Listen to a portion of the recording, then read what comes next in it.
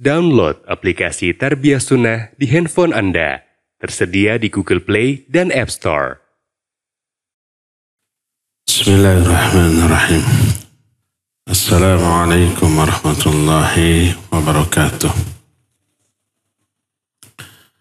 Alhamdulillahi rabbil alamin. Wabihi nasta'in ala umuri dunya waddin.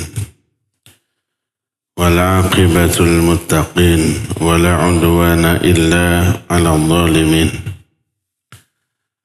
وأشهد أن لا إله إلا الله الملك الحق المبين وأشهد أن محمدا عبده ورسوله صادق الوعد الأمين والصلاة والسلام على أشرف الأنبياء والمرسلين وعلى آله wa ashabihi ajma'in wa man tabi'ahum bi ihsanin ila yaumiddin wa ba'd. Hadirin jamaah Masjid Al-Muhajirin yang Allah muliakan, kembali kita berjumpa melanjutkan materi yang berkaitan dengan kematian. Terakhir kita sudah membahas adab-adab ketika sakit. Sekarang bila seseorang mati, apa saja yang bisa dilakukan oleh orang yang hidup agar bisa memberi manfaat kepada orang yang mati tersebut? Ada beberapa hal yang bisa kita lakukan. Pertama, yang bermanfaat bagi si mayit adalah doa orang yang hidup. Bila terpenuhi syarat-syarat dikabulkannya doa. Ini nas Al-Quran dan juga hadis-hadis sahih yang banyak. Orang yang hidup mendoakan orang yang sudah mati. Apakah ada manfaat bagi orang yang mati? Pastilah ada manfaat. Al-Quran menyatakan pertama dalam surah Al-Hasyr ayat yang ke-10 Allah berfirman, وَالَّذِينَ جَاءُوا مِنْ بَعْدِهِمْ يَقُولُونَ رَبَّنَا اغْفِرْ لَنَا ولإخواننا الذين سبقونا بالإيمان ولا تجعل في قلوبنا غلا للذين آمنوا ربنا إنك رؤوف رحيم. Dan orang-orang yang datang setelah mereka, maksud mereka di sini adalah sahabat, karena ayat sebelumnya, ayat ke-9 berbicara tentang para sahabat Nabi SAW yang tinggal di Madinah. Walladzina tabawwa'u, orang-orang yang tinggal di Madinah. Wal iman yuhibbuna man hajara ilaihim. Mereka itu mencintai orang-orang yang hijrah dari Mekah ke Madinah. Wala yajiduna fi sudurihim hajatan mimma utu. Mereka tidak merasakan keberatan sedikit pun dalam membantu para muhajirin tersebut. Wa yu'thiruna ala anfusihim walau kana bihim khassasah. Mereka lebih mengutamakan tamu yang hijrah ke mereka walaupun mereka sendiri butuh. Ini berbicara tentang ithar. Ithar itu lebih mendahulukan orang lain daripada diri dan keluarganya. Dan ini dilakukan oleh orang-orang Ansor kepada orang-orang Muhajirin. Ini ayat yang ke-9. Nah, ayat ke-9 ini berbicara tentang akhlak para sahabat di Madinah. Lalu setelah generasi sahabat berlalu pada meninggal, datang generasi berikutnya, yaitu tabi'in. Allah menyatakan walladzina ja'u min ba'dihim. Orang-orang yang datang setelah generasi para sahabat. Yaquluna, mereka berdoa, Rabbana ighfir lana. Ya Allah, ampuni dosa-dosa kami. Wa li ikhwanina alladzina sabaquna bil iman. Dan orang-orang yang lebih dahulu iman daripada kami, yang sudah berlalu meninggalkan kami. Wala taj'al fi qulubina ghillan lilladzina amanu. Dan janganlah engkau jadikan kedengkian dalam hati kami kepada orang-orang yang beriman. Ini doa orang yang masih hidup kepada orang yang sudah mati. Dilakukan oleh tabi'in kepada para sahabat. Dilakukan oleh para sahabat ke orang-orang yang lebih dahulu meninggal. Dilakukan oleh Nabi SAW kepada para sahabat yang lebih dahulu meninggal. Nabi SAW suatu saat giliran di Aisyah. Kemudian Aisyah pura-pura tidur. Nabi SAW kemudian bangun keketayapan. Naon bahasa Sunda keketayapan. Mengendap-ngendap gitu ya, mengendap-ngendap. Keluar diam-diam. Aisyah curiga, jangan-jangan Nabi SAW mau pergi ke istrinya yang lain, padahal itu giliran Aisyah. Langsung diambil jilbabnya, langsung diikuti. Ternyata Nabi SAW ke Baqi, menghadap kiblat, mengangkat tangannya, kedua tangannya, berdoa lama. Setelah itu kembali dan Aisyah segera berlari pulang lebih dahulu. Begitu sampai pura-pura tidur lagi Aisyah. Bayangkan baru lari terus ngagoler. Apa yang terjadi? Ngahegak nafasnya. Nabi SAW masuk kemudian melihat Aisyah nafasnya tersengal-sengal. Masya nuki ya Aisyah. Ada apa engkau wahai Aisyah? Dan seterusnya. Ternyata Nabi SAW ketika keluar mendoakan orang-orang yang sudah dikuburkan di Baqi. Dan apa yang beliau baca salah satunya Allahumma ighfir li ahli Baqi. Ya Allah, ampuni orang-orang yang dikuburkan di Baqi. Sebagian ulama ada yang menyatakan maksudnya yang sudah mati saat Nabi SAW berdoa. Sebagian ulama lain di antara Syekh Al-Utsaimin rahimahullah, ini berlaku umum sampai hari kiamat. Siapapun orang yang mati dan dikuburkan di Baqi kena dengan hadis ini.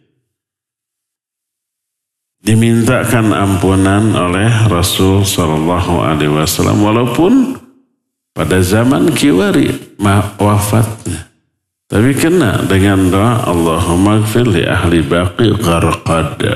Ya Allah, ampuni penghuni Baqi gharqad, yaitu pekuburan di Baqi. Dan ini menunjukkan doa orang yang masih hidup ada manfaatnya bagi orang-orang yang sudah mati. Dan hadis yang seperti ini amat sangat banyak. Di antara hadis yang menjelaskan doa orang yang hidup bermanfaat bagi orang yang mati adalah bersabda Rasul SAW, da'watul mar'il muslim li akhihi bi dhahril ghaib mustajabatun. Inda ra'sihi malakun muwakkal. Kullama da'a li akhihi bi khairin qala al-malakul muwakkalu bihi amin walaka bimithlih. Doa seorang muslim bagi saudaranya tanpa sepengetahuan saudara yang didoakannya itu mustajab. Di samping orang yang berdoa itu ada malaikat yang ditugaskan. Setiap kali orang itu mendoakan kebaikan bagi saudaranya, malaikat itu menjawab amin dan bagimu seperti isi doamu. Dan doa kita bagi orang yang mati masuk ke dalam hadis ini. Orang yang sudah mati lalu kita doakan. Orang mati itu tahu nggak mereka didoakan oleh kita? Tidak tahu. Ini disebut bidzahril ghaib. Maka doa yang hidup bagi orang yang mati mustajab. Di sampingnya ada malaikat. Mengaminkan doa kita dan kita didoakan dengan isi doa yang sama oleh malaikat. Doa kita bagi orang itu belum tentu diijabah 100%, tapi besar kansnya. Doa malaikat untuk kita lebih besar lagi kemungkinan diijabahnya. Karena itu ketika kita ya Allah ampuni si fulan yang sudah wafat. Apa kata malaikat? Amin dan semoga dosamu pun diampuni oleh Allah. Begitu seterusnya. Hadis ini sahih dikeluarkan oleh Imam Muslim dalam Sahih Muslim, juga Imam Abu Daud dalam kitab sunannya, dan Imam Ahmad dalam musnadnya diterima dari Abu Darda radhiyallahu anhu. Ini hadis yang pertama. Kedua, disebut oleh para ulama inna salatal jinazati jalluha syahidun lidzalik. Lianna ghalibaha du'aun lil mayyit wa istighfarun lahu. Sesungguhnya salat jenazah menguatkan hal itu.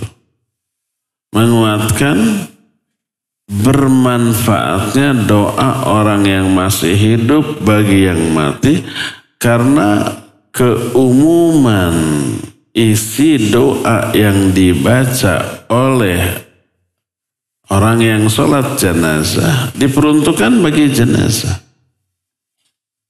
Allahumma gfir lahu warhamhu wa'afihi wa'afu anhu wa akrim nuzulahu wasi' madkhalahu wagsilhu bil ma'i wa thawji wal bard wa naqihi minal khataya kama yunaqqa thawbul abyadu minad danas wa abdilhu daran khairan min darih wa ahlan khairan min ahli wa zawjan khairan min zawji wa adkhilhul jannah wa a'idhu min adzabil nar wa adzabil qabr.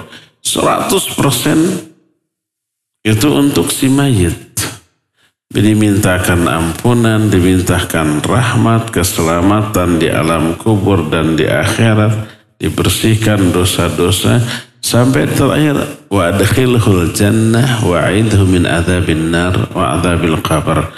Masukkan dia ke dalam surga, lindungi dia dari azab neraka dan dari azab kubur. Lengkap sudah.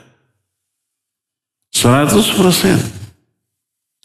Baru setelah itu kita lanjut dengan doa untuk yang hidup. Allahumma ghfir li hayyina wa mayyitina wa saghirina wa kabirina wa dhakarina wa Allahumma ghfir li hayyina wa mayyitina wa syahidina wa ghaibina wa dhakarina wa unthana gitu.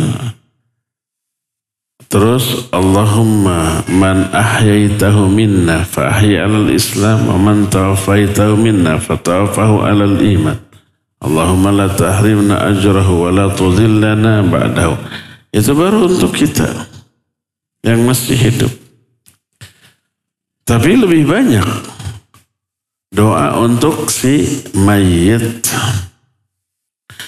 Dan ini menunjukkan doa orang yang hidup bagi yang mati bermanfaat, berpengaruh kepada si mayit, sampai kepada si mayit.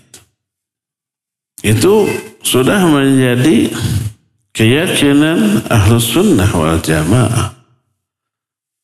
Oleh karena itulah Nabi SAW pun di dalam khutbah Jumat, di akhir khutbah kedua suka mendoakan seluruh kaum muslimin termasuk yang sudah mati. Allahumma ighfir lil mu'minina wal mu'minat wal muslimina wal muslimat al ahya'i hum wal amwat. Ya Allah, ampuni mukmin mukminat, muslim muslimat, baik yang masih hidup ataupun yang sudah mati. Dari sinilah maka kita mengetahui salah satu yang manfaat bagi orang yang sudah mati, yang bisa dilakukan oleh orang yang masih hidup adalah mendoakan sampai. Tapi anehnya banyak orang menuduh kita katanya nggak sampai. Kenapa? Salah paham. Yang nggak sampai, yang diikhtilafkan oleh para ulama sampai atau tidak bukan doa, tapi hadiah pahala bacaan Quran. Kalau kita membaca Al-Fatihah, lalu kita niatkan pahala bacaan Al-Fatihah itu kita kirim ke orang yang sudah mati. Ini diikhtilafkan oleh para ulama. Kita tidak mutlak menyatakan nggak boleh, nggak sampai, enggak. Yang demikian itu Imam Syafi'i rahimahullah, bahwa menghadiahkan pahala kepada mayit tidak sampai. Imam Syafi'i menyatakan. Dan ulama-ulama Syafi'i. Adapun Imam Ahmad menyatakan sampai. Ulama-ulama Ahlus Sunnah wal Jamaah merujuk kepada sebuah kitab aqidah. Namanya Al-Aqidah At-Tahawiyah. Sunan Imam At-Tahawi. Ini disyarah oleh beberapa ulama. Di antara Imam Ibnu Abil Izz dalam kitab Syarah Al-Aqidah At-Tahawiyah ada bab khusus. Bab Ihda'us Thawab. Bab menghadiahkan pahala. Ulama ikhtilaf. Kalangan ulama Ahlus Sunnah wal Jamaah kita menyatakan ikhtilaf. Yang mau kirim pahala enggak boleh. Dan yang tidak mau maksa. Saya meyakini kebolehan hal itu. Dan meyakini sampainya pahala itu sebagaimana yang nanti akan kita bahas dalam bab Ihda'us Thawab. Baik amal-amal yang berupa haji, menghajikan orang tua, mengumrohkan orang tua disebut badal haji atau badal umroh. Yang umrohnya kita, yang hajinya kita, pahalanya untuk orang tua. Boleh. Ada hadis sahih Bukhari dan Muslim, nanti akan kita jelaskan. Saya sendiri pernah membadalkan baik haji ataupun umroh. Sampai insya Allah sampai. Yakin sampai. Karena adanya nas yang sahih dari Nabi SAW.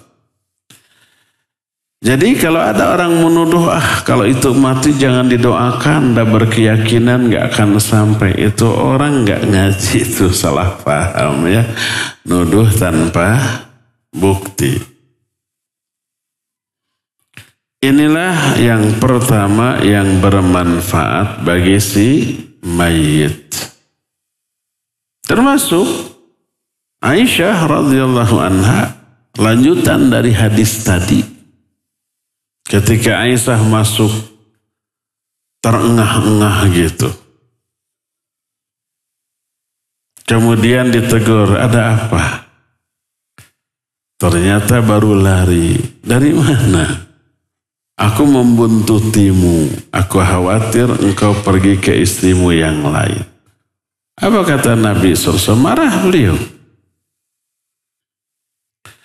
Oh, kamukah orang hitam yang tadi berlari di hadapanku? Hitam bajunya ya, bukan kulitnya.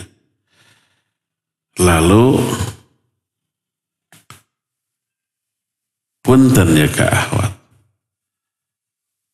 Nabi SAW memukul bagian dadanya wa auja'atni fi sodri, sampai sakit dadaku. Lalu Nabi SAW menyatakan, atadhunnuni ayyakhifallahu wa rasuluh. Apa kamu menyangka Allah dan Rasulnya akan khianat kepadamu? Kalau malam itu giliran di Aisyah, beliau tidak mungkin ke istri yang lain tanpa izin dari istri yang tersebut ya. Ya, ditunjuk, dipukul. Sampai dikata Aisyah wa auja'atni fi sodri. Sakit ini ke dadaku. Lalu Aisyah bertanya, tebelikan Aisyah mah. Itu pundungan. Kamu jeceritan mah. Kamu lapor polisi KDRT. Nah, ngaku dia salah, merasa. Lalu Aisyah menyatakan, in azurul qabr, famadha aqul ya Rasulullah. Nanya, di tengah-tengah sakit dadanya habis dipukul. Ketika masih dimarahi, dia bertanya tentang sesuatu dalam aturan syariat. Kalau saya ziarah kubur, doa apa yang harus saya baca ya Rasulullah? Apa kata Nabi SAW? Quli, katakan olehmu ya Aisyah, assalamu alaikum ya ahlad diyar minal mu'minina wal muslimin wa inna insya'allahu bikumul lahiqun. Nas'alullaha lana wa lakumul afiyah. Katakan oleh kalian, assalamu alaikum ya ahlad diyar. Assalamualaikum wahai ahlul kubur. Salam. Salam itu doa. Mendoakan keselamatan. Baik untuk mukmin mukminat, kami insya Allah akan menyusul kalian. Di akhir dengan doa, nas'arullaha lana wa lakumul afiyah. Kita minta keselamatan bagi kami dan bagi kalian. Doa ketika masuk alam kubur. Bukan alam kubur. Masuk apa? Areal pekuburan, bukan alam kubur. Kalau masuk alam kubur nggak ada doanya, sudah mati, nggak bisa berdoanya. Masuk ke kuburan, ya, ini gerbang kuburan, buka sendal, buka sepatu, lalu sampaikan salam. Assalamualaikum ya ahlad diyar minal mu'minina wal muslimin wa inna insya'allahu bikumul lahiqun. Nas'alullaha lana wa lakumul afiyah. Sudah, masuk aja. Baringa jingjing senal.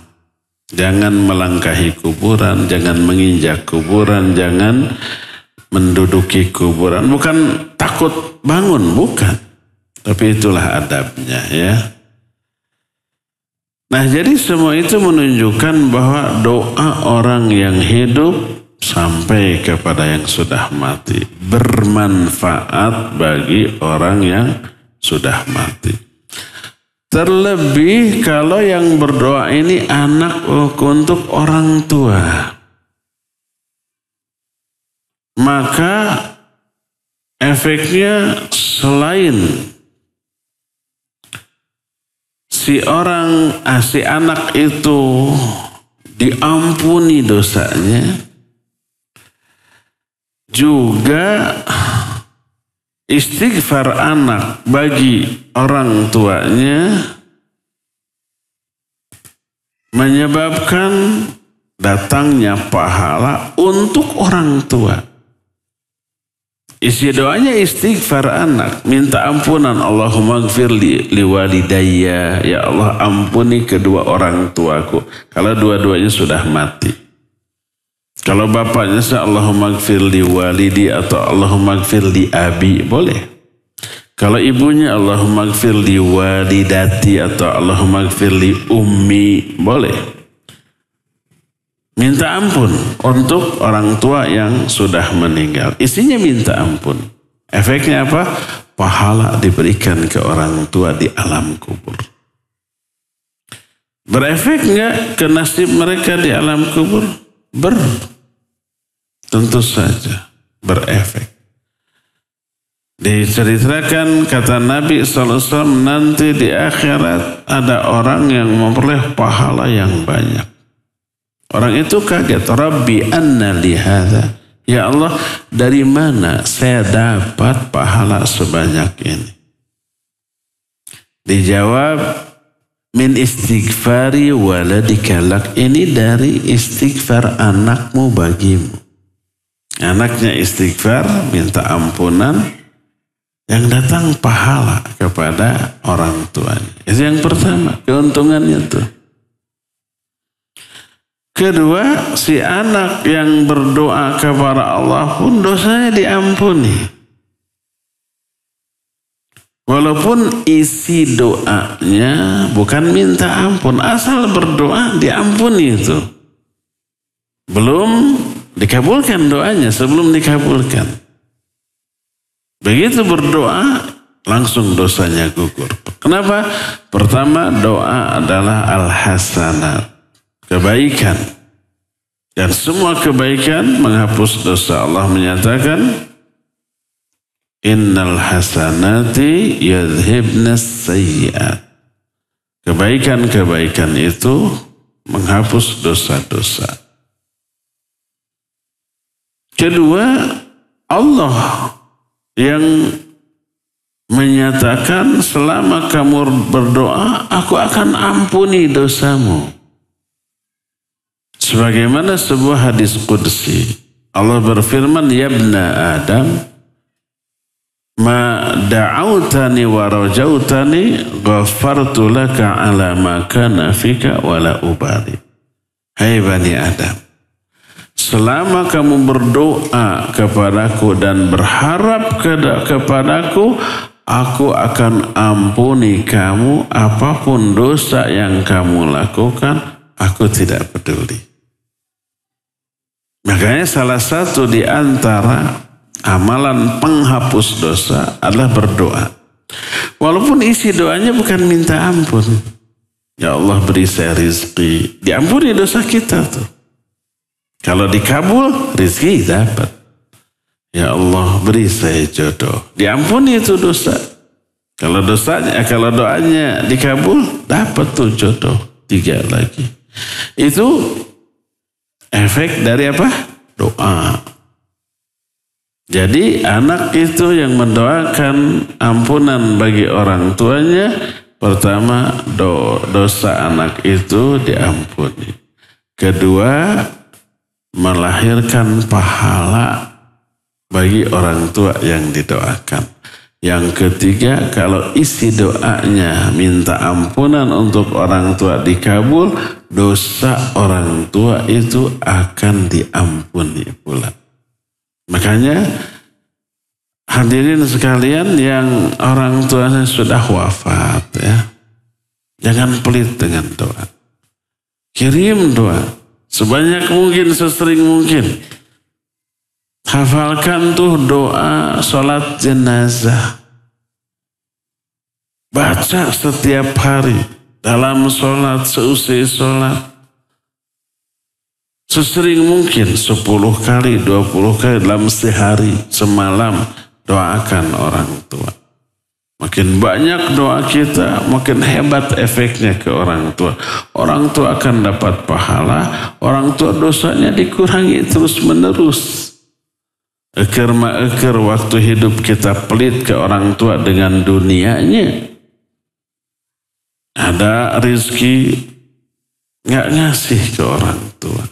ada milik keuntungan, cuek ke orang tua. Sekarang sudah wafat, jangan pelit dengan akhirat. Dati capek atau ngadoa amanya. Tidak butuh biaya, tidak butuh pulsa, tidak butuh kuota, tidak butuh wifi. Cuma bicara saja, kapanpun.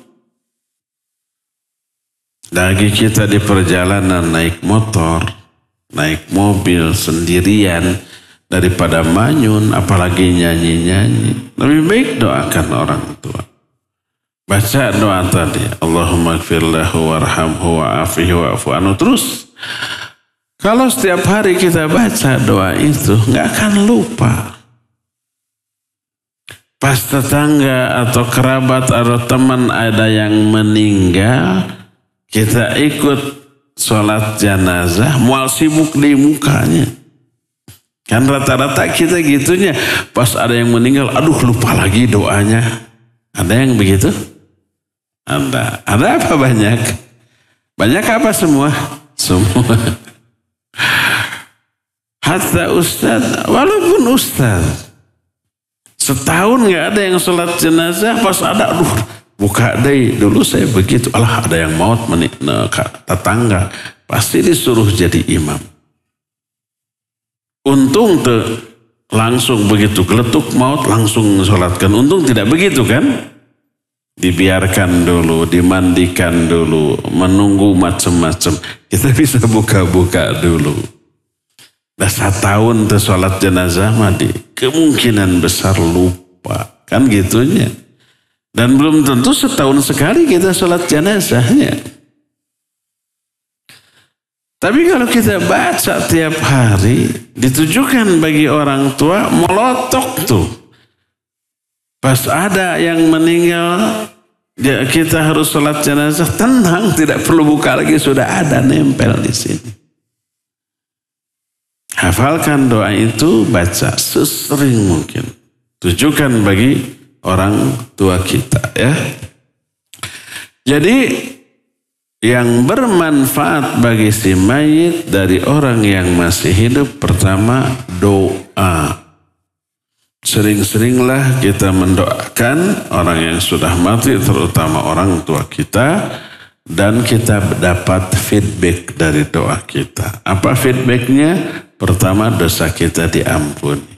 Kedua, jelas kita dapat pahala karena doa adalah ibadah. Setiap kita doa dapat pahala, dapat ampunan, ya. Dan yang ketiga, isi doa kita untuk orang lain, termasuk untuk orang yang mati, itu juga diaminkan oleh malaikat untuk kita. Kata malaikat, amin walaka bimithli. Amin dan bagimu seperti isi doa. Ya. Inilah yang pertama yang bermanfaat bagi si mayit. Kedua, qada'u waliyil mayit sauman nazar anhu. Kedua, mengqadhakan saum nazar si mayit yang belum tertunaikan. Kita pernah bahas nazar itu hukum asalnya makruh. Karena nazar itu menunjukkan pelitnya orang tersebut terhadap ibadah atau amal soleh. Saking pelitnya dia baru mau melakukan ibadah kalau keinginan dia terpenuhi. Seperti contoh, besok nih mau ujian kalau pelajar mahasiswa.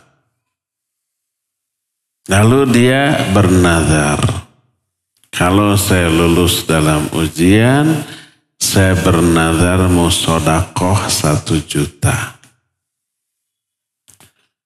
Hukum sedekah 1 juta itu amal soleh ya. Itu hukumnya sunnah. Tapi kalau sudah bernazar begitu, isi nazarnya terus tercapai, wajib. Kalau enggak, dosa loh. Sedekah 1 juta, bagus apa baik? Bagus dan baik, itu ibadah. Untuk ibadah gitu, saking pelitnya kita dengan ibadah, harus kacumponan heula kahayang sorangan teta. Saya baru mau infak kalau saya lulus. Makanya nazar itu adalah amalan orang bakhil terhadap kebaikan. Maka hukumnya makruh. Tapi kalau sudah diungkapkan sebagai nazar, wajib untuk dipenuhi. Dan memenuhi nazar adalah ibadah.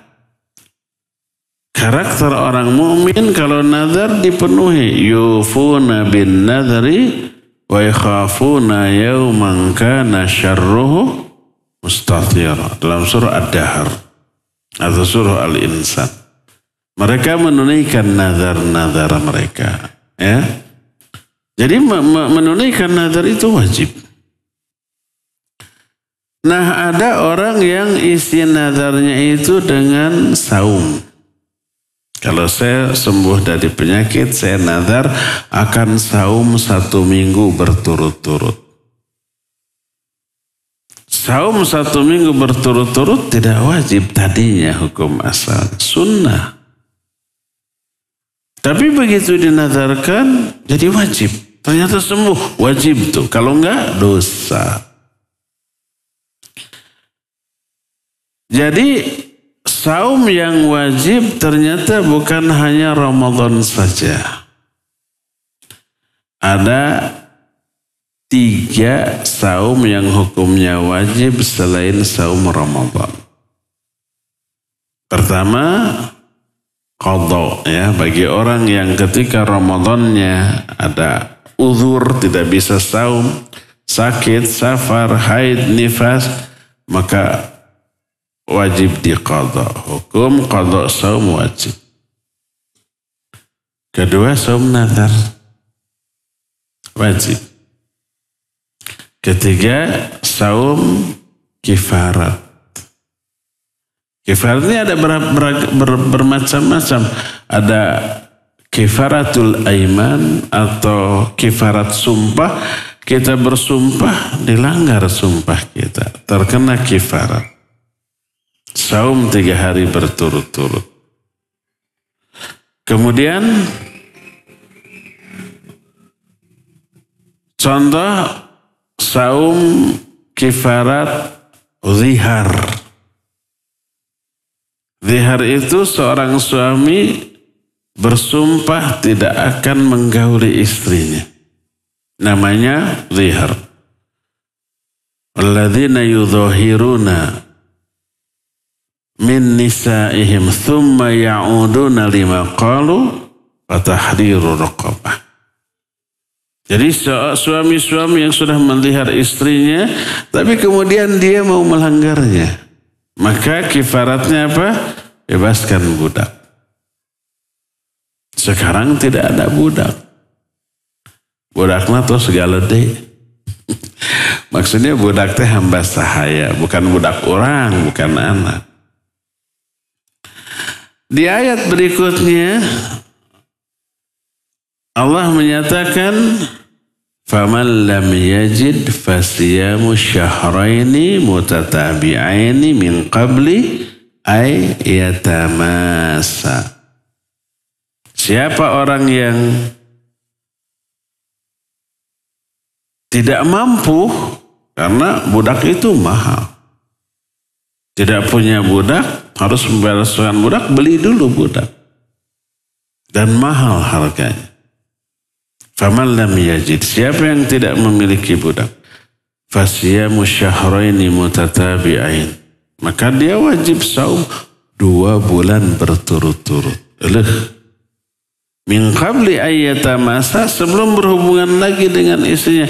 Makanya kadek bapak-bapaknya, segede apapun keselnya, kehelnya ke istri gitu, Istri itu umpamanya tidak mau memenuhi kewajiban melayani suamiku. Sabab keheul dimimiti ayeuna mah. Saduk moal noel-noel deui ka maneh teh umpamana. Zihar tah.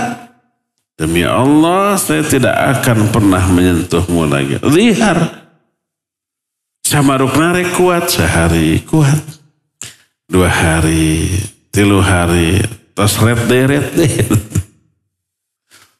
Nah, ungkapan orang Arab kalau mau menzihar istrinya, anti alayya kadhahri ummi. Kamu bagiku seperti punggung ibuku. Itu ungkapan menggauli. Artinya sebagaimana haram menggauli ibunya, aku haramkan menggauli kamu. Tapi diungkapkan kamu bagiku seperti punggung ibuku. Itu lafaz zihar. Maka tidak boleh menyentuh istrinya kecuali bebaskan dulu budak. Kalau nggak ada perbudakan atau ada tapi nggak mampu, saum 2 bulan berturut-turut. Kalau sudah 50 hari, 57 hari, ya tinggal 3 hari lagi gitunya. Besoknya hari ke-58 batal. Ulang dari awal. Terus begitu. Terus faman lam yastati. Kalau tidak mampu, fa'it'amu sittina miskina. Hendaklah dia memberi makan ke 60 orang miskin. Tayun rada entengnya. Dengan menu yang biasa kita makan sehari-hari. Sehari makan umpah 50.000 tak. Kasih 60 porsi fakir miskin. 60 kali 50 sabaraha tak? 300.000? 3 juta. 3 juta. Sekali zihar hargana 3 juta. Itu ucapan. Di ayeuna kaharep haram. Keheul atuh da. 3 juta tah. Harus ditebus. Jadi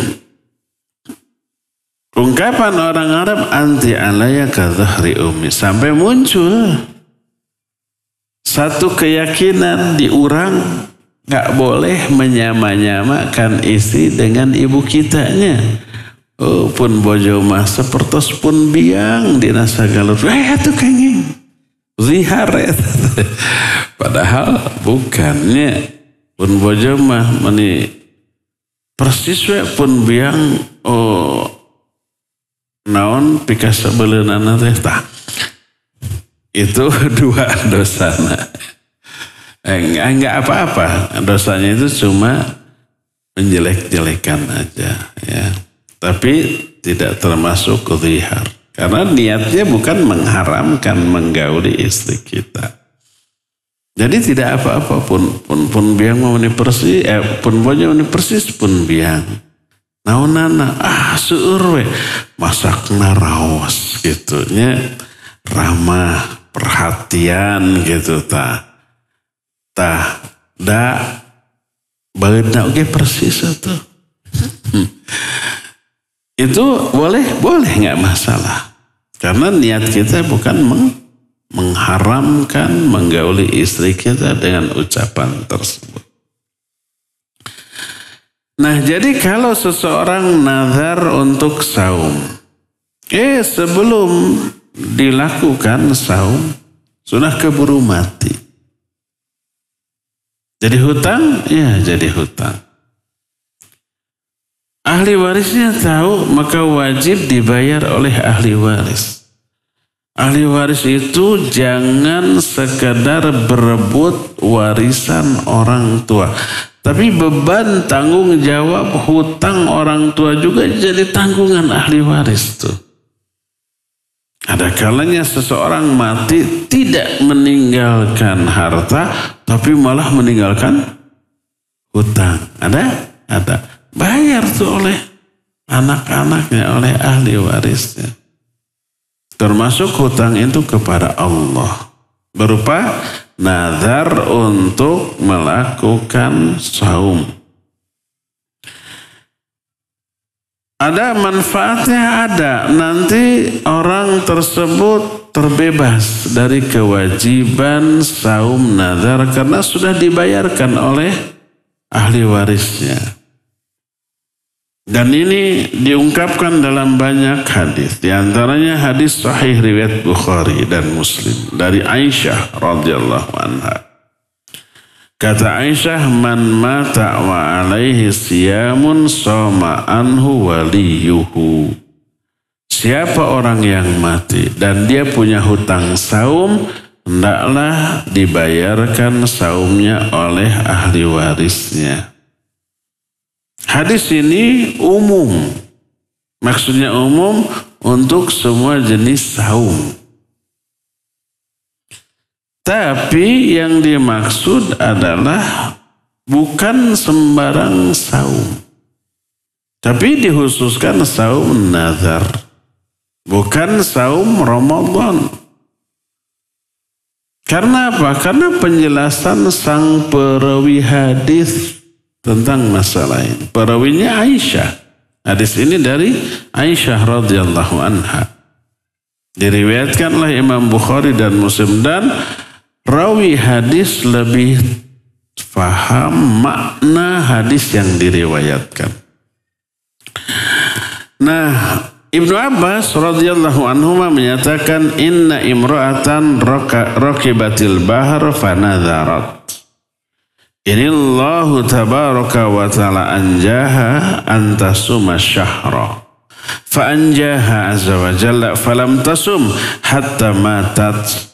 Faja'at qurabatun laha imma ukhtuha aw ibnatuha ila nabi sallallahu alaihi wasallam fadhakarat dhalika lahu faqala ara'aituka law kana 'alaiha daynun kunti taqtadinahu qalat na'am qal fadainullah ahaqqu ayyuqdha faqdi an ummik.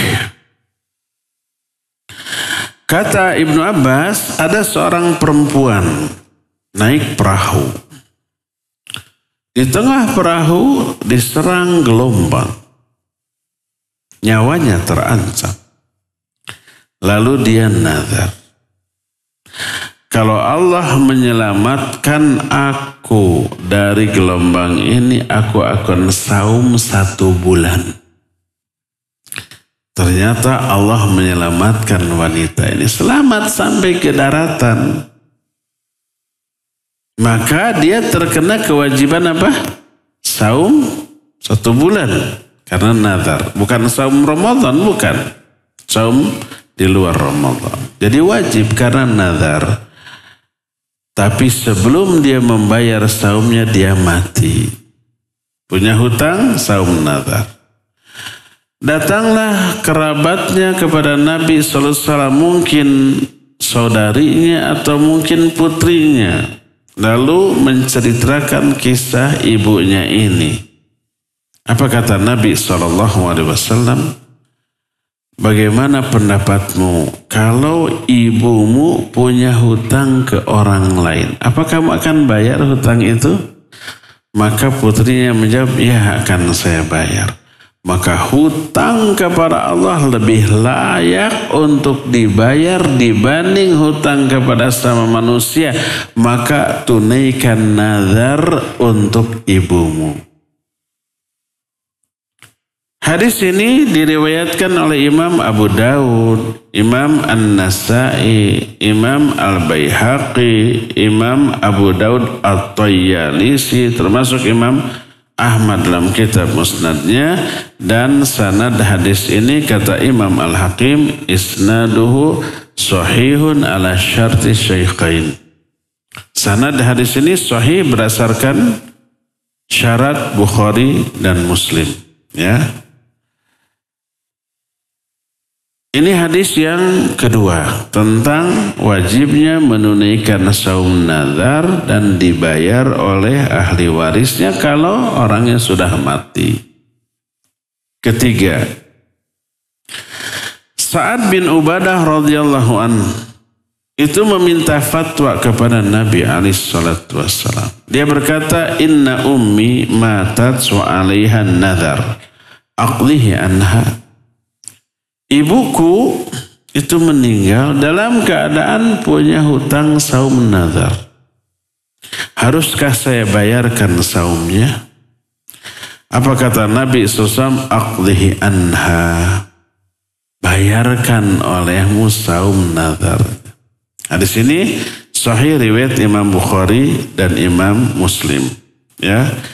Jadi semua hadis tadi menunjukkan dibolehkannya hutang saum nazar orang yang sudah mati dibayar oleh orang yang masih hidup.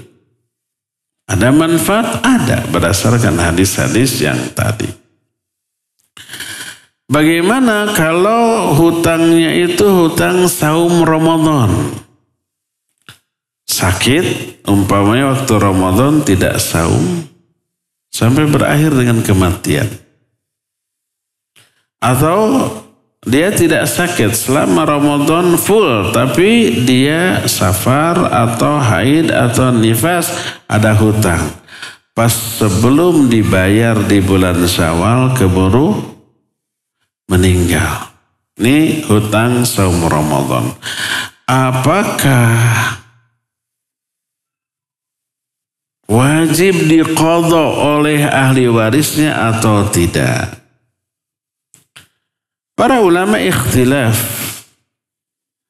Adapun ulama-ulama Syafi'iyah dan mazhab Ibnu Hazm menyatakan ya dibayarkan oleh ahli warisnya berdasarkan hadis umum tadi, man mata wa alaihi siyamun falyasumhu anhu waliyuhu. Siapa yang mati dalam keadaan punya hutang saum, bayarkan oleh ahli warisnya.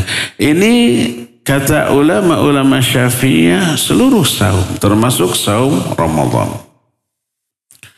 Adapun ulama-ulama seperti Hanabilah, Imam Ahmad, termasuk muridnya, di antara Imam Abu Daud. Imam Abu Daud seorang perawi hadis, itu murid Imam Ahmad. Kata Imam Abu Daud, sami'tu Ahmad bin Hanbal qala la yusawmu anil mayit illa fin nadhar. Tidak harus dibayarkan hutang saum mayit kecuali saum nadhar. Itu pendapat Imam Ahmad bin Hanbal. Dan ulama-ulama Hanafilah juga seperti itu. Dan ini didalili oleh sebuah riwayat dari Amrah. Amrah ini seorang perempuan. Anna ummaha matat wa alaiha min Ramadan. Faqalat li Aisyah. Bahwa kata Amrah, ibunya ini mati dalam keadaan punya hutang saum Ramadan. Dia datang kepada Aisyah radhiyallahu anha. Lalu kata Amrah, aqdihi anha, apakah saya harus mengqadhakan hutang saum ibu saya? Apa kata Aisyah? La, bal tasaddaqi anha makana kulla yaumin nisfa sha'in ala kulli miskin. Tidak harus kamu bayarkan hutang saumnya. Tapi bersodakohlah sehari tidak saum, bersodakoh dengan setengah sok kepada seorang fakir miskin. Padahal Aisyah yang meriwayatkan hadis siapa yang mati dan punya hutang saum, bayarkan oleh walinya, oleh ahli warisnya. Tapi ketika ditanya tuh ibu saya punya hutang saum Ramadan, harus dibayar? Enggak. Tapi sedekahlah 1 hari setengah sok. Itu apa namanya? Fidyah. Ya enggak? Karena dalam surah Al-Baqarah Allah Azza wa Jalla ketika menjelaskan hukum saum, wa 'alal ladzina yutiqunahu fidyatun ta'amu miskin. Bagi orang-orang yang tidak mampu saum adalah membayar fidyah kepada orang-orang miskin. Nah, orang yang punya hutang saum Ramadan belum terbayar sampai mati, bayarkan dengan fidyah. Padahal Aisyah yang meriwayatkan siapa yang mati dalam keadaan punya hutang saum, qadha oleh ahli warisnya. Tapi pas ditanya, ini punya hutang saum Ramadan, apakah harus diqadha? Enggak, bayarkan fidyah. Ini menunjukkan yang dimaksud dengan saum yang harus dibayar, diqadhakan oleh ahli warisnya adalah saum nazar saja. Adapun kalau saum Ramadan, bayarkan dengan fidyah, ya. Itu juga pendapat Ibnu Abbas radhiyallahu anhu tadi. Ini juga pendapat Aisyah. Ini juga yang dilaksanakan oleh Amarah dan para ulama setelahnya juga berpendapat demikian. Walhasil ini adalah masalah yang diikhtilafkan di kalangan para ulama. Apakah orang yang punya hutang saum Ramadan lalu mati harus dibayarkan oleh ahli warisnya dengan saum lagi atau dibayarkan dengan fidyah? Ikhtilaf. Ulama Syafi'iyah menyatakan qadha, saumkan oleh ahli warisnya. Ulama Hanabilah menyatakan tidak, tapi bayar fidyah. Kalau saya lebih cenderung kepada pendapat yang kedua, bayar fidyah, ya, berdasarkan nas-nas yang tadi dikemukakan, ya. Inilah poin kedua yang bermanfaat bagi siapa? Bagi si mayit. Yang pertama doa, yang kedua apa? Membayarkan saum nazar, hutang saum nazar. Dibayarnya dengan saum lagi, nggak boleh dibayar dengan fidyah aja. Dibayarku saum lapar. Ya iya, saum lapar. Tapi harus dibayar dengan saum lagi. Adapun saum Ramadan bayar dengan fidyah, ya. Bagaimana kalau saum kifarat? Kalau kifarat kalau tidak mampu ya bayar dengan makanan, memberi makanan, ya. Inilah yang kedua. Ketiga yang juga bermanfaat bagi si mayit adalah pertemuan yang akan datang kita bahas. Sekarang sudah habis waktunya. Tapi kita masih punya sisa waktu untuk bertanya jawab. Nah, kepada panitia nih, Kang Uke atau Berni, nanti kalau bertanya pertemuan yang akan datang apa materinya, lanjutan dari ini yang bermanfaat bagi si mayit jilid kedua, ya, bagian kedua. Jangan nanya lagi nanti. Pertanyaan pertama, apakah kita harus meniatkan dengan menyebutkan nama orang tua kita yang sudah meninggal di setiap melakukan amal soleh? Nggak perlu, itu otomatis. Umpamanya, ya Allah berikan pahala dari amal saya ini kepada orang tua. Nggak perlu, itu otomatis. Kalau anak ke orang tua, setiap ibadah yang dilakukan oleh anak, pahalanya mengalir juga ke orang tuanya, ya.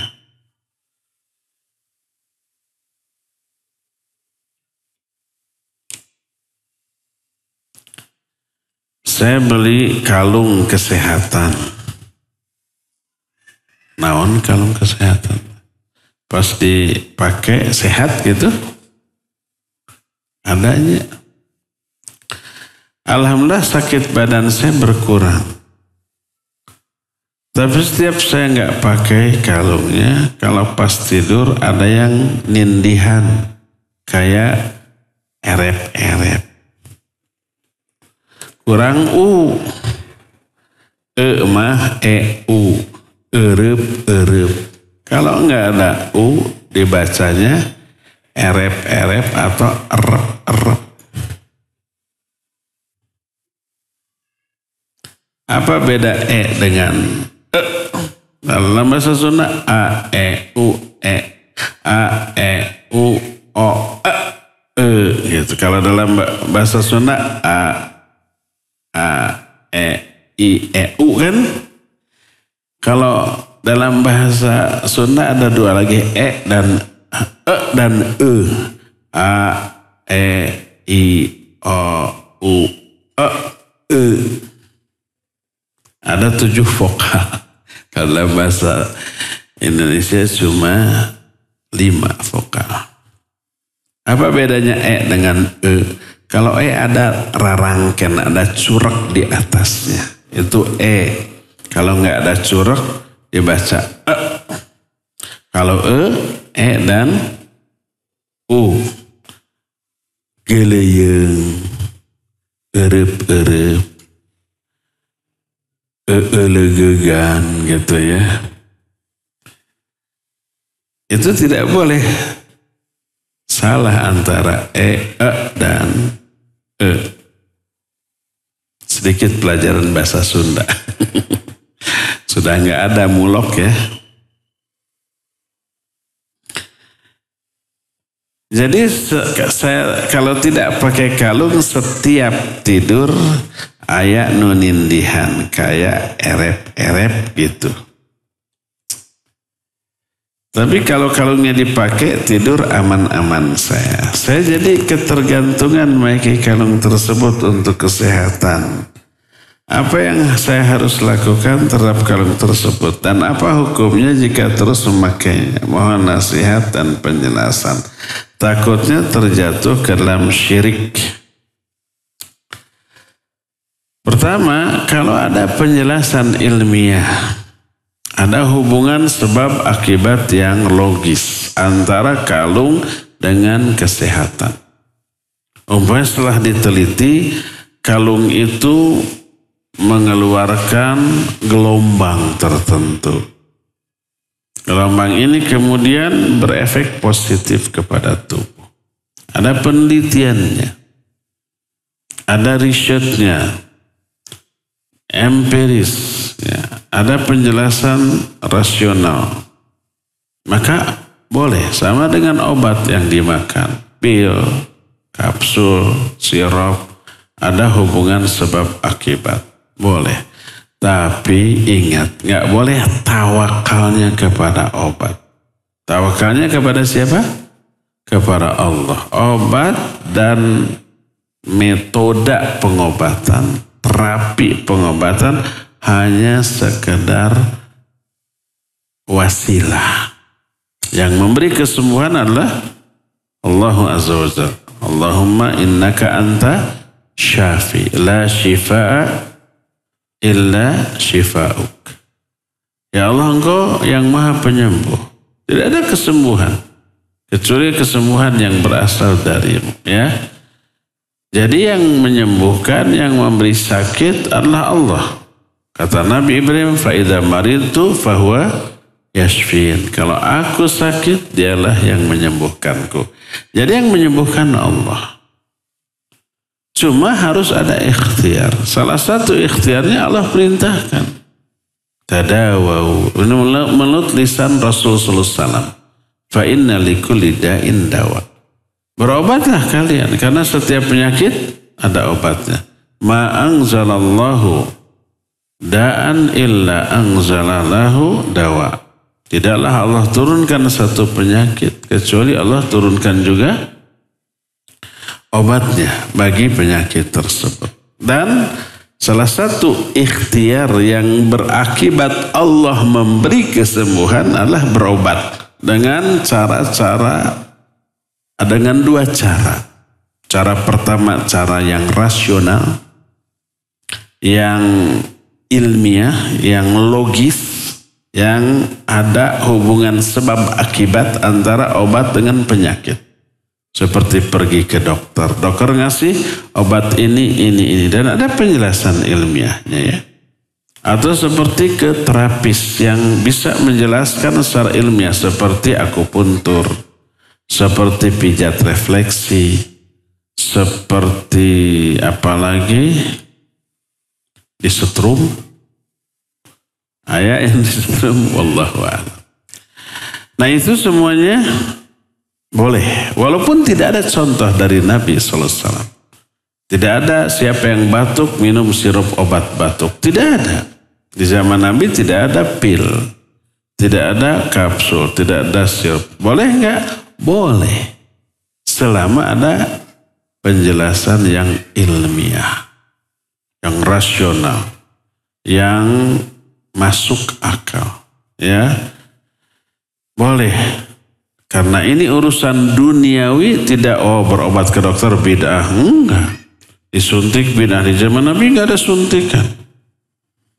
Ini urusan dunia, bukan urusan agama. Tidak dihukumi bid'ah atau sunnah. Selama itu ada hubungan sebab akibat, silakan lakukan. Kedua, ada alasan syar'i. Walaupun tidak ilmiah. Walaupun tidak masuk akal, walaupun tidak ada hubungan sebab akibat antara metode pengobatan dengan penyakit, tapi kalau ada landasan syariatnya boleh dilakukan.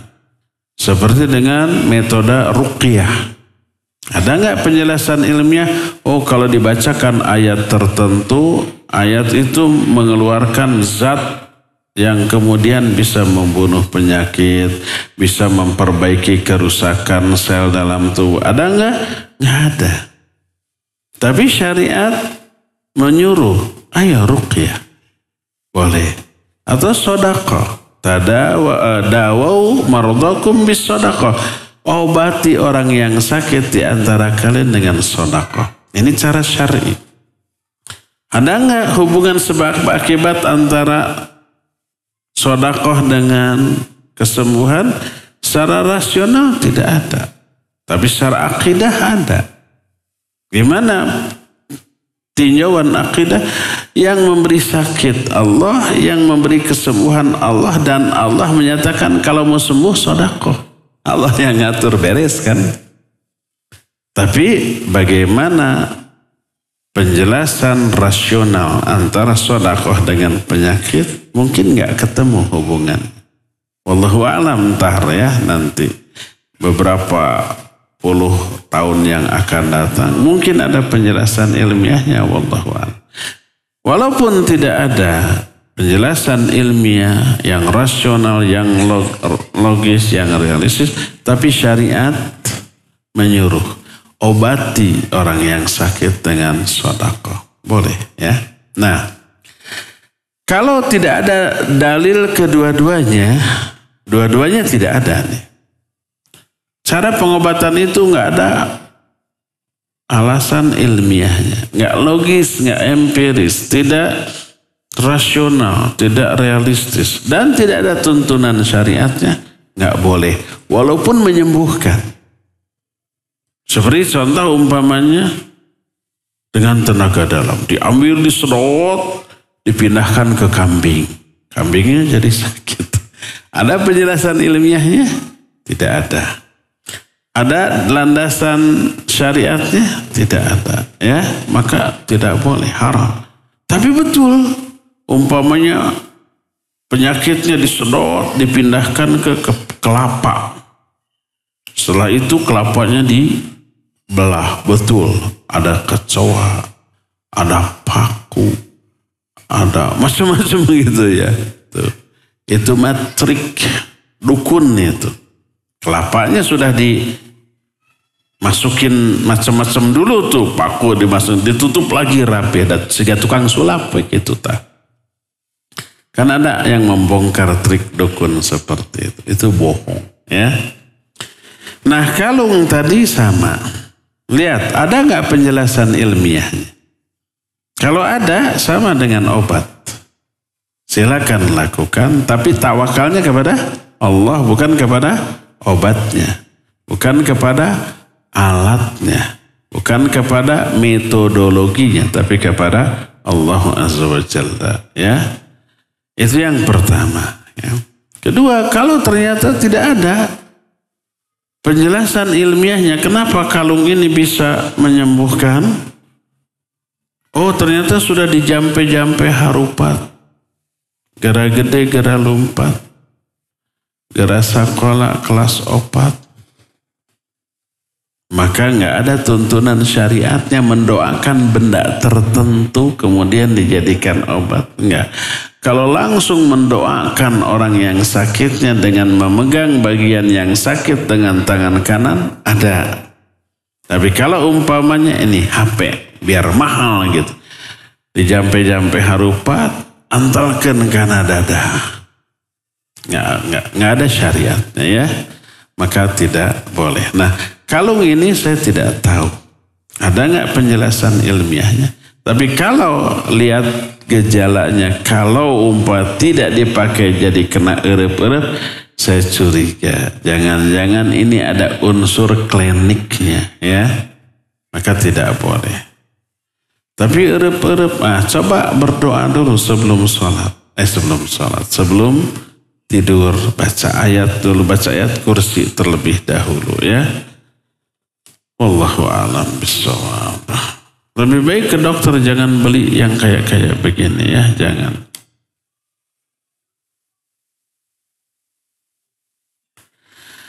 Di tempat tinggal saya ada yang minta urunan buat beberapa kegiatan yang tidak disyariatkan. Bolehkah kami memberi dengan niat ngasih aja? Karena nggak enak kalau nggak urunan. Nggak boleh. Kalau acara itu secara syar'i terlarang, maka menyumbangnya juga terlarang. Sama dengan ta'awun alal itsmi wal udwan. Untuk dangdutan gitu kan. Untuk sesuatu yang secara syar'i melanggar, nggak boleh. Menyumbangnya berarti ikut andil di dalam dosa itu ya. Terus nggak enak tuh, nggak enak kepada manusia, nggak apa-apa dibanding nggak enak kepada Allah. Kita rata-rata takut dijauhi oleh manusia, tapi tidak takut dimurkai oleh Allah. Mana yang lebih prioritas bagi kita, Allah atau orang? Allah tentu saja ya. Dan itu bagian dari resiko menjalankan syariat Allah. Resikonya dibenci, iya. Siapa yang membenci? Orang yang anti syariat. Dulu Nabi SAW dimusuhi, dicaci, dimaki, mau dibunuh segala macam.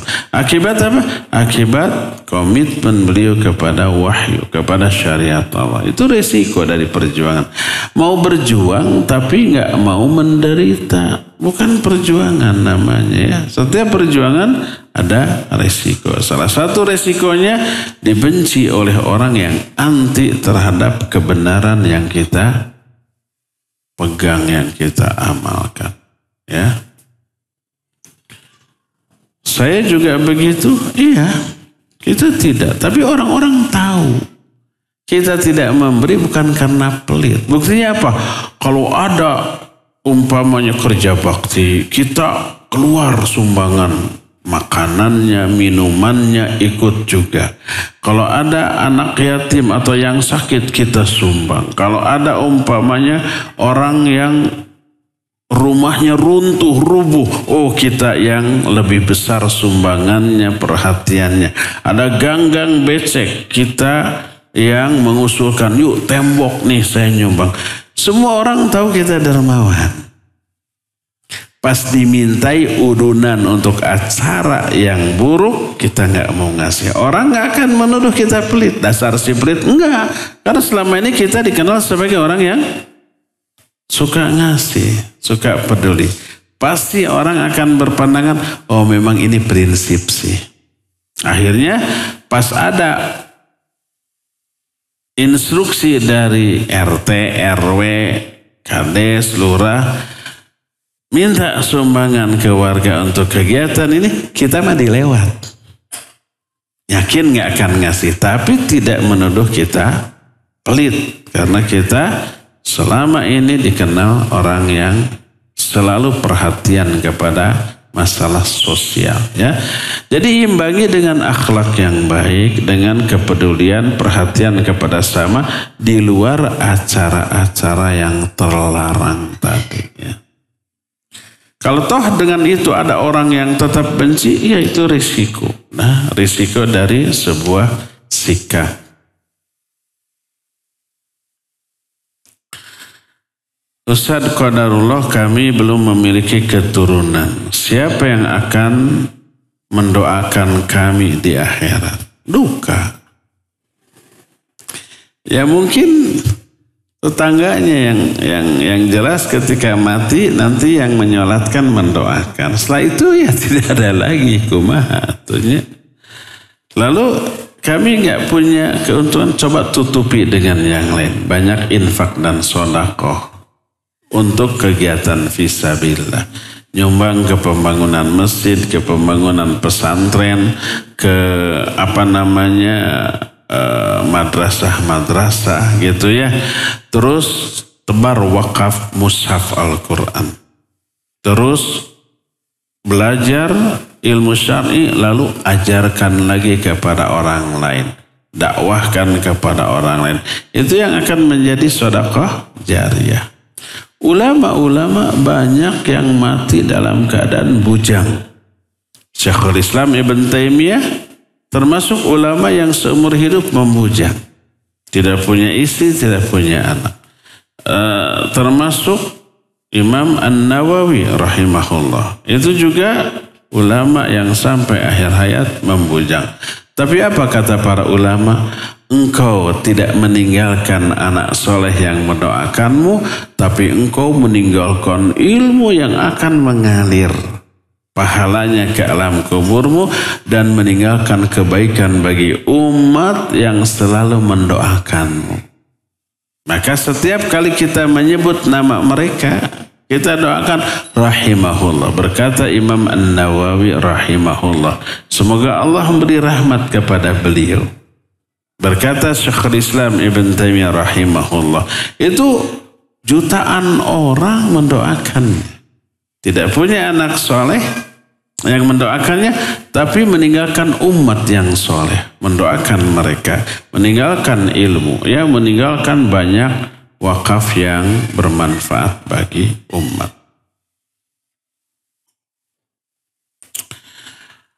Ustadz izin bertanya, kiat-kiat tentang menjadi istri kedua poligami. Serius ini teh? Supaya meraih ridho Allah dan syaratnya dan surganya Allah. Kiat untuk menjadi istri yang kedua. Ya sabarkan, siapkan mental, siapkan ilmu. Silakan tawarkan kepada orang yang sudah beristri. Tawarkan diri ya kepada orang yang sudah ini pengen banget di poligami apa. Tapi ada wanita karakternya gitu, nggak mau ke bujang, nggak mau ke duda, inginnya kepada yang sudah beristri. Ditanya kenapa? Ada tantangan tersendiri yang membuat kita ini apa ya? Ada perjuangan gitu loh. Kalau ke bujang, ke duda, alah nggak ada tantangannya, nggak seru. Ada yang begitu tuh, ya. Ada yang begitu. Semoga itu yang dimaksud ya.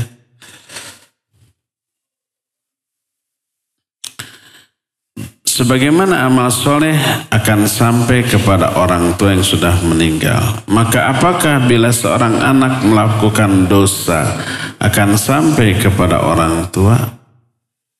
Bisa ya, bisa tidak. Iya, kalau orang tua mengajarkan keburukan itu. Bukan hanya orang tua. Walaupun nggak kenal, nggak ada hubungan keluarga, tapi orang mengajarkan keburukan kepada orang lain. Cara-cara nyopet, cara-cara nipu gitu ya. Ketika muridnya nyopet dan nipu, gurunya kebagian dosanya. Man sanna fil Islam sunnatan sayyi'atan fa'alaihi wizruha wa wizru man amila biha. Siapa orang yang menunjukkan satu dosa, satu kesalahan, dia akan memikul dosa ditambah dosa orang-orang yang mengikuti kesalahan tersebut. Apalagi orang tua ke anak, ya. Orang tua mengajarkan keburukan ke anak. Lalu si anak melakukan keburukan atau dosa tersebut. Orang tua ikut nanggung, ikut nanggung. Adapun kalau orang tua mengajarkan kebaikan, maksimal. Anaknya nurut, disekolahkan, dipesantrenkan, sudah dipantau. Tapi suatu saat anaknya berada sekolah atau belajar di luar kota, gaulnya tidak lagi bisa dikontrol oleh orang tua. Lalu terjerumus ke dalam lingkungan yang buruk, lalu terjerumus ke dalam dosa tanpa sepengetahuan orang tua, maka orang tua tidak ikut nanggung dosanya. Ya.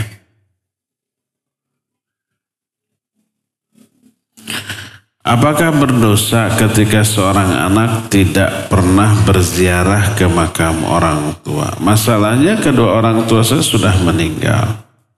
Karena saya merantau dan pulangnya pas Idul Fitri. Sedangkan orang tua saya dimakamkan di kampung dan tempat pemakaman juga jauh dari rumah. Dan saya mendoakan orang tua lewat sholat. Ziarah kubur tidak wajib. Walaupun orang tua. Sunnah ya sunnah. Tapi keuntungan ziarah kubur hanya bagi yang ziarah. Pertama dia dapat pahala karena perintah Nabi fazurul kubur fa innaha tudzakirukumul maut. Ziarahi kuburan karena itu bisa mengingatkan kalian kepada kematian. Kedua, mengambil ibrah, kita pun akan mati dan harus siap-siap, ya. Nah, adapun yang bermanfaat bagi si mayit, mendoakan si mayit. Memintakan ampunan kepada Allah untuk si mayit, rahmat, surga, perlindungan dari azab kubur, dari azab neraka. Dan itu bisa dilakukan tidak harus di kuburan. Yang paling utama di dalam sholat. Sholatnya di rumah. Atau kalau laki-laki di masjid.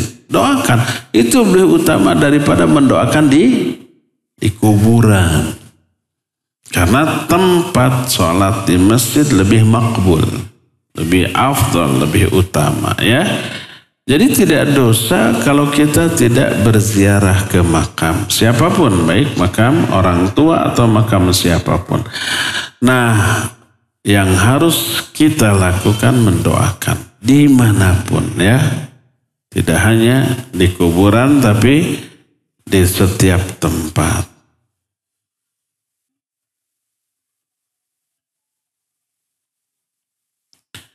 Bagaimana solusi bagi suami saya, curhat atau laporan, yang suka sama perempuan lain? Normal, wajar. Selama caranya tidak melanggar syariat. Kalau caranya melanggar syariat, dosa.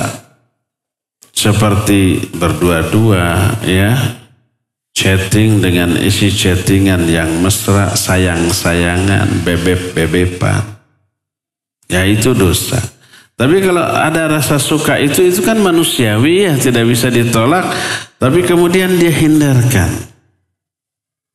Dia jauhkan pikirannya dari perempuan itu. Maka dia berpahala karena bisa menghindari godaan, ya.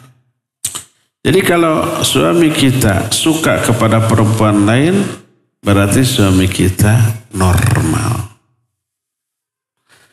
Yang tidak normal, secantik apapun tidak suka, pas lihat kambing suka. Tak itu bahayanya.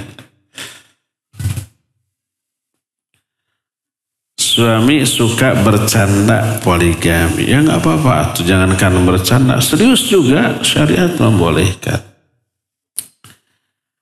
Padahal kenyataannya secara finansial beliau belum mampu. Dinasihati, tundukkan pandangan, katanya suka tiba-tiba kepikiran akhwat tersebut tah eta, ya. Kalau umpamanya berpoligami itu hukumnya sama dengan menikah bagi lajang dan bujang. Hukum asalnya sunnah. Bisa menjadi wajib bisa menjadi makruh, bisa menjadi haram. Gimana bisa menjadi haram? Kalau menikahinya madarat, tidak ada maslahat, maka haram. Termasuk bujang. Kalau umpamanya dia tahu bahwa dia itu ada penyakit, tidak mampu menunaikan fungsinya sebagai suami, atau punya penyakit menular. Kalau berhubungan dengan istri, kena istrinya. Jangan menikah. Karena menikah berarti menularkan penyakit, madarat. Ya. Demikian juga umpamanya seorang yang sudah beristri. Kalau nikah lagi madarat, maka jangan. Tapi kalau tidak menikah madarat, kalau menikah maslahat, ya bisa wajib minimal sunnah. Umpamanya seseorang beristri satu. Tapi dia ini hiper, istrinya yang satu tidak mampu menunaikan kewajibannya kepada suami. Hanya bisa melayani sekali sehari, kebutuhan suami 5 kali sehari, kayak sholat. Kalau enggak, dia bisa terjerumus ke dalam maksiat. Maka menikah lagi bisa wajib bagi dia. Apalagi kalau umpamanya istrinya tidak bisa lagi melayani karena sakit, karena kondisi, daripada suami terkena bahaya. Bahaya pertama bisa terjerumus ke dalam perzinahan. Bahaya kedua, kalau dia mampu menjaga diri dari perzinahan, dia bisa terkena penyakit. Mungkin kanker prostat, ya, dan seterusnya. Maka wajib dia nikah lagi. Jadi hukum menikah lagi, baik poligami atau lain, dilihat dari kondisi. Kalau nikah lagi madarat, jangan nikah lagi. Kalau nikah lagi maslahat, ya, maka silakan, bisa wajib, bisa sunnah. Kalau tidak menikah lagi madarat, dua, pertama bisa terjerumus ke dalam perzinahan, yang kedua bisa terkena penyakit kanker prostat, bisa wajib dia nikah lagi. Tapi kalau mau nikah lagi mau tidak maslahat, tidak madarat, maka hukumnya mubah, mau poligami lagi, ya. Demikian, wallahu a'lam bishawab. Cukup sampai di sini. Insyaallah kita akan jumpa lagi di pertemuan yang akan datang melanjutkan materi ini. Subhanakallahum bihamdik asyhadu an la ilaha illa anta astaghfiruka wa atubu ilaik. Walhamdulillahirabbil alamin. Wassalamualaikum warahmatullahi wabarakatuh.